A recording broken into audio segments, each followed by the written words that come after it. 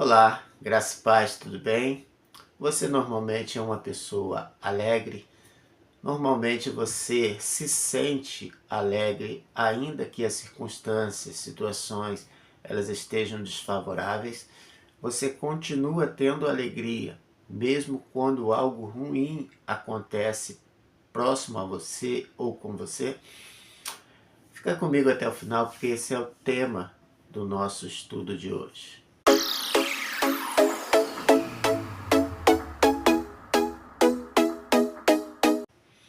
Então vamos lá, quero convidar você a ficar até o final comigo aqui. Vamos falar hoje sobre alegria, estamos na série O Fruto do Espírito. Já tivemos 2 estudos, o primeiro, o caráter de Cristo em nós, né? E também o primeiro elemento ou a primeira virtude que compõe o fruto do Espírito, que é o amor. Falamos sobre isso. Vamos falar hoje sobre a segunda virtude, que é a alegria. Mas antes de falarmos propriamente sobre a alegria, eu quero concluir aqui, fazer um pequeno resumo sobre a primeira característica e também sobre essa questão do caráter de Cristo em nós, tá? Nós estamos baseando nossos estudos em Gálatas, no capítulo 5, lemos a partir do capítulo 16 e dentro desse contexto, né, lido, hoje eu quero ler aqui os versículos 22 e 23, que diz assim: mas o fruto do Espírito é alegria, paz, longanimidade, benignidade, bondade, fidelidade, mansidão, domínio próprio. Contra estas coisas não há lei. Então aqui é um compêndio, né, ou resumo do que é o fruto do Espírito. Então, resumindo aqui, primeira coisa que a gente deve saber, que não são os frutos, mas é o fruto com 9 características distintas. Então, sendo o fruto, também Paulo está fazendo um contraponto aqui com as obras da carne. Então temos 2 aspectos aqui: obras da carne, fruto do Espírito. Lembra que o homem é corpo, alma e espírito. E quando Paulo, né, ou a palavra de Deus se refere à carne e a espírito, ele está colocando aqui principalmente as 2 naturezas do homem representadas aqui em Adão e representada em Jesus. Então, quando falamos em carne, nós estamos falando da natureza adâmica, da natureza caída. Quando nós falamos do espírito, nós estamos falando dessa nova natureza, desse homem espiritual que é gerado a partir da fé, quando cremos em Cristo, quando ouvimos a palavra. Então esse novo homem, ele tem um elemento, né, ou uma pessoa que personifica essa natureza, e é Jesus. Então quando Paulo fala sobre as obras da carne, sobre todas aquelas questões, né, que a Bíblia também vai chamar de desejos ilícitos ou práticas ilícitas, elas são naturais de uma natureza caída, da natureza adâmica, que também ainda está em nós. Por quê? Porque nós ainda não fomos transformados num corpo glorificado, ou num corpo isento de pecado.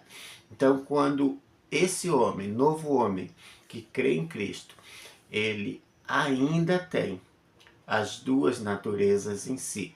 Porém, o que devemos fazer é permitir que o Espírito agora governe a nossa vida. O texto bíblico diz: se andamos no Espírito, devemos também viver em Espírito. E diz também que se nos enchermos do Espírito, nós jamais satisfaremos as concupiscências ou esses desejos ilícitos da carne. Então, à medida que somos plenos em Cristo, naturalmente esses desejos de pecar vão diminuindo. É claro que ainda vamos pecar. Por quê? Porque mesmo sem pensar, muitas das vezes por impulso, nós cometeremos o pecado. E mesmo pensando, se permitirmos que a carne ela seja mais forte em nós, nós também vamos agir impulsivamente, tendo ódio, tendo raiva, tendo aquela lista tão grande de ilícitos, né, que Paulo fala. Completando aqui, né, sobre a primeira característica também, ou seja, resumindo aqui tudo que eu falei anteriormente, à medida, né, se você creu em Cristo, se você creu na palavra, o Espírito Santo vem sobre você, habita em você, e a obra que ele faz é transformar você numa imagem de Cristo, numa cópia, num reflexo de Cristo através das suas virtudes. Então você passa a ter as 9 características em você pelo Espírito Santo. E o Espírito Santo quer manifestar isso através da sua própria vida, da minha própria vida, da nossa própria vida. À medida que ele se torna pleno em nós, flui de nós amor, alegria, bondade, essas 9 características que fazem parte ou que caracterizam Cristo em nós. Então, isso também é a salvação. Falamos também sobre o amor. Expliquei aqui no vídeo anterior, se você não viu, veja aí os 2 últimos vídeos gravados nessa série, você vai entender mais profundamente aquilo que nós estamos falando. Então, o que é o amor? Falamos sobre os 4 tipos de amor: eros, storge, philos e ágape, né? Então, quando Paulo fala sobre esse amor aqui em Gálatas como fruto do Espírito, ele está falando sobre o ágape. E interessante pensar também que o ágape é o amor na sua essência, é o amor mais puro que existe. E sem o amor não haverá também as outras virtudes, porque diria que esse é um fundamento para que todo amor exista. E baseio esse meu pensamento em quê? Em saber que Deus é o próprio amor. Deus é a essência do amor. E se Ele é a essência do amor, se o Espírito Santo é Deus e se o Espírito está em nós, o amor, sim, é o fundamento para que haja alegria, bondade, fé, mansidão, domínio próprio, essas coisas que estão descritas aqui por Paulo nesse texto de Gálatas, tá? Esse amor ágape, né, para a gente explicar, é principalmente representado pelas ações de Deus com relação ao homem. Eu citei no outro vídeo João 3,16, que diz que Deus amou o mundo de tal maneira, esse amor é ágape, que deu o seu Filho unigênito para que todo aquele que nele crê não pereça, mas tenha a vida eterna. Então, esse amor, ele é um amor que não depende de ser amado. Ele é um amor que simplesmente ama. Por quê? Porque o outro precisa desse amor. Porque o mundo precisava desse amor, então Deus, que é amor, deu esse amor. Também foi representado por Jesus ao decidir voluntariamente subir a cruz e morrer, para que eu e você não precisássemos morrer e sofrer a condenação eterna. Ele morreu para nos fazer filhos de Deus. E esse amor, né, a irmã Maiara pediu exemplos, então eu trago aqui o próprio exemplo de Cristo, né, que foi desprezado, humilhado, principalmente no seu martírio, foi açoitado, chicoteado, maltratado, e ainda assim ora em favor desse povo. Pai, perdoa eles porque eles não sabem o que estão fazendo. Então, Esse amor foi demonstrado de forma plena na cruz por Cristo, Jesus, o nosso Senhor. E nós também podemos representar esse amor na terra. Quando Deus, em Cristo Jesus, salva alguém e o torna como igreja, essa igreja também é um exemplo representativo desse amor ágape no mundo. Porque todas as ações que a igreja faz ou deveria fazer, elas são movidas pelo ágape. Quando a igreja projeta algo para ajudar os necessitados, moradores de rua, quando a igreja proclama o evangelho, o faz assim, porque o evangelho é poder de Deus para a salvação. E quantas pessoas precisam ser salvas? Então, todas as ações da igreja. Individualmente, é quando alguém se move em favor de outra pessoa para praticar alguma coisa. Vamos supor uma situação. Eu estou caminhando pela rua. Eu olho e vejo alguém ali que necessita de uma ajuda, de um auxílio. Eu vou, não conheço aquela pessoa, nunca vi, talvez eu nunca veja de novo, mas aquele sentimento que me move a ir até essa pessoa e ajudá-la, esse é um exemplo do ágape sendo posto em prática. E quando eu ajudo e saio dali, eu ainda assim me compadeço e oro por aquela pessoa, esse é o ágape se movendo em mim, tá? Lembro aqui de um depoimento, de uma experiência que o ministério Diante do Trono, né, viveu.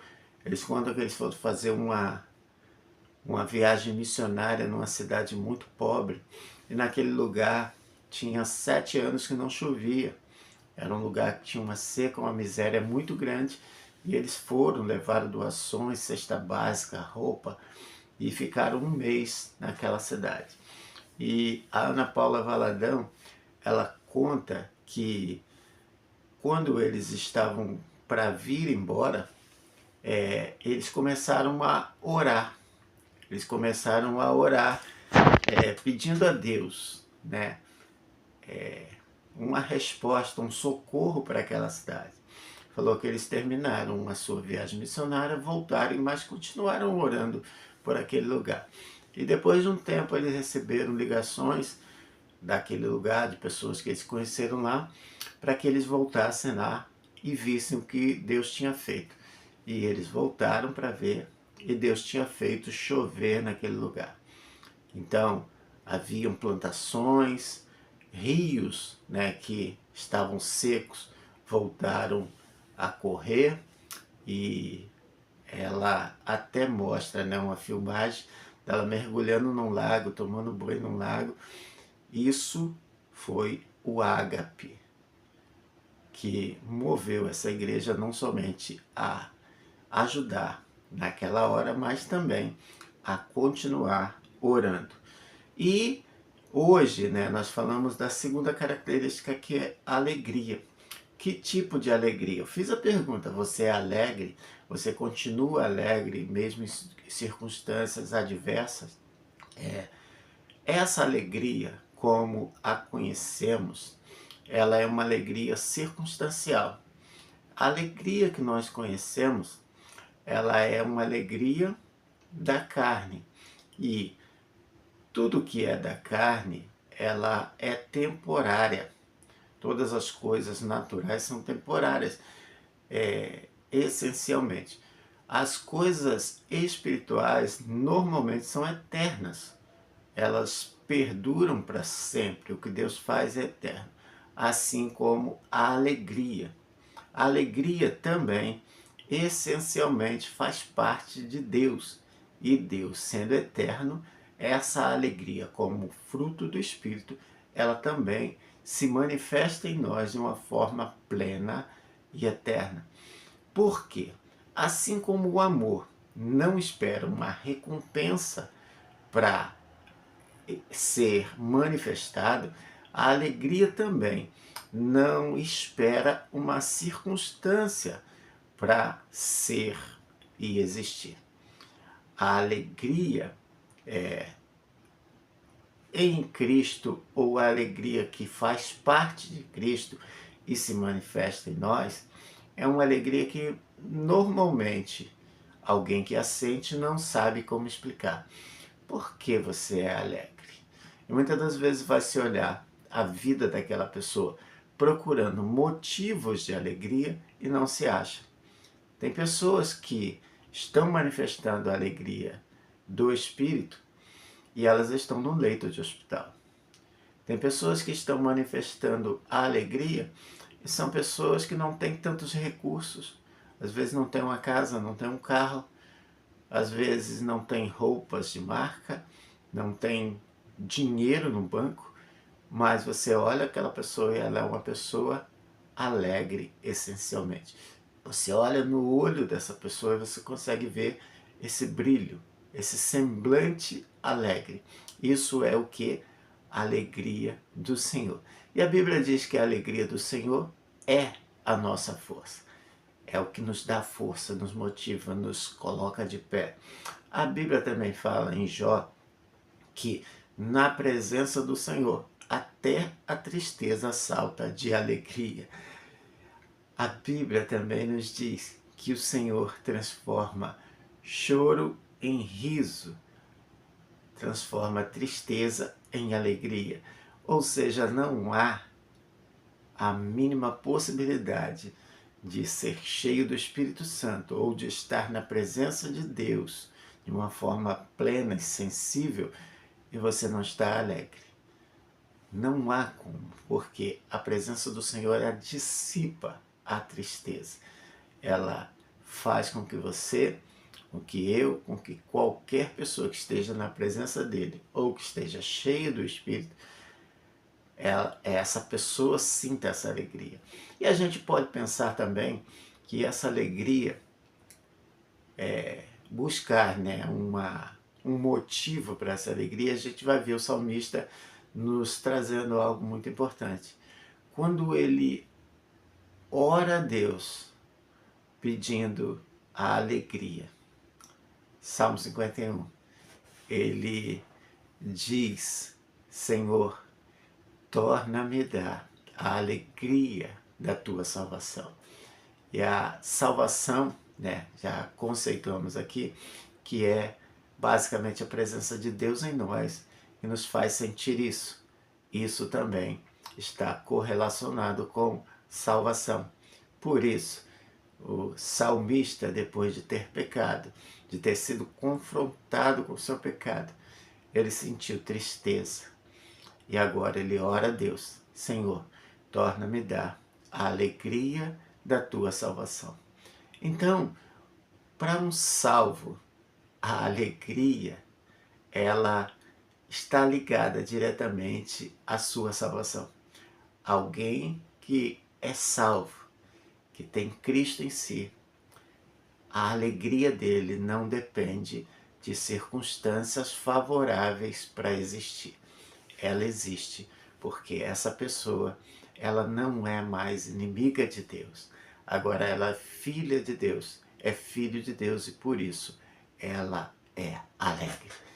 Porque também Deus é, assim como é amor, Deus também é alegria. E a alegria também é um mandamento. Quando a gente lê Filipenses, Paulo recomenda: alegrem-se no Senhor. Outra vez vos digo, alegrem-se. Qual o contexto que Paulo escreveu Filipenses? Ele estava preso, ele estava numa prisão. Uma prisão, o saciamento da liberdade não é um motivo para ter alegria. Então por que Paulo estava alegre? Porque ele tinha Cristo, porque o Espírito Santo estava nele e porque Deus era o motivo da sua alegria. Então ele escreve Filipenses, e Filipenses é também chamada de a carta da alegria. Por quê? Porque Paulo recomenda aos seus ouvintes, através dessa carta, que eles sejam alegres, que eles olhem para as coisas que Deus fez e para o que Deus é, para a sua representatividade, e seja alegre. Olha como Paulo é, ele chega a dizer que ele tinha alegria nos sofrimentos, nas perseguições, nos açoites. Por quê? Porque ele tinha Deus. Então, se você quer ser uma pessoa alegre, se você está dependendo de circunstâncias para ser alegre, alguma coisa está errada ou incompreendida em você. Olhe e pense nisso. O fruto do Espírito é alegria. Alegre-se então no Senhor. Pense nisso. Reflita nisso. Porque a única coisa que o dinheiro não pode comprar, que ninguém pode dar a você, que você não pode conquistar com as suas forças, é a alegria. E a origem dessa palavra no grego é charia. E charia refere-se também a charis, e charis é graça. Então, alegria é graça de Deus. Então, se você é salvo, e a salvação é dom gratuito, é graça, é favor de Deus, basicamente a gente pode fazer aqui um link, que quem é salvo é alegre, ou deve entender essa alegria. Por quê? Porque a graça do Senhor alcançou. Então veja como conseguimos linkar. Você crê em Cristo, você ouve a palavra, se arrepende, é salvo. A tua salvação é confirmada pela habitação do Espírito Santo em você. E o Espírito Santo é Deus. E o Espírito Santo carrega em si, ou seja, essencialmente, ele tem as 9 virtudes manifestadas em Cristo Jesus. E a obra dele em nós é fazer com que essas características saiam de dentro para fora. Como vai acontecer isso? Se você dá mais atenção à carne, se você alimenta mais a sua carne, muito provavelmente o que vai acontecer externamente são as obras da carne. Mas, se você se enche do Espírito, naturalmente, o que vai manifestar fora de você é o fruto do Espírito. Para finalizar aqui, eu quero lembrar o que Paulo diz aos Efésios, quando ele diz: não vos embriagueis com um vinho onde há contenda, mas enchei-vos do Espírito. Encher-se do Espírito é a recomendação. Encher-se do Espírito é a regra. Não há como o Espírito dominar o nosso ser se o que eu vivo, se o que você vive é simplesmente para satisfazer a carne. Lembrando aqui que carne não se refere unicamente à matéria, mas à natureza, tá? Então você pode ter uma natureza dominante carnal que vai apresentar como resultado as obras da carne, ou você pode ser um ser dominantemente espiritual que está buscando se encher do Espírito e que naturalmente também vai trazer como resultado o fruto do Espírito. E isso vai acontecer sem nenhum esforço, assim como uma árvore, para dar o seu fruto, ela não faz força, ela simplesmente precisa estar em boa terra, regada, recebendo luz do sol, para ela naturalmente frutificar. Naturalmente também nós, se estivermos plantados nesse terreno espiritual, se nós estivermos recebendo a água da palavra, e se tivermos sobre nós o sol da justiça, naturalmente nós vamos manifestar e alimentar os que têm fome com o fruto do Espírito. Pense nisso, fica na paz. Vamos orar aqui, finalizando e agradecendo a Deus por mais esse estudo. Deus abençoe grandemente sua vida. Comente, faça suas perguntas. Se ficou alguma dúvida, faça como a Maiara, né? Deixa aí nos comentários a sua dúvida. Se você precisa de mais alguma argumentação, alguma palavra, deixa aí nos comentários seu pedido, que eu vou orar, vou buscar e vou, dentro das possibilidades, trazer aqui para você. Pai querido, nós te louvamos, te agradecemos, engrandecemos o teu nome, porque o Senhor é bom. Obrigado, Senhor, pela tua fidelidade, pelo teu amor, e obrigado, Senhor, porque o Senhor é a alegria, e o Senhor nos faz sentir alegres, independente da situação. Se há, Senhor, porventura alguém assistindo esse vídeo e não tem alegria, que o Senhor o faça compreender de onde vem a verdadeira alegria. Eu oro assim, no nome de Jesus. Amém. Amém? Obrigado, gente. Se você ficou até aqui, o final, te agradeço. Deus abençoe grandemente sua vida. Se não é inscrito no canal, se inscreva, curta o vídeo, comente, compartilhe pelo menos 10 pessoas aí, tá? Envie no direct, no WhatsApp. Abençoe pessoas com a palavra de Deus. Fica na paz.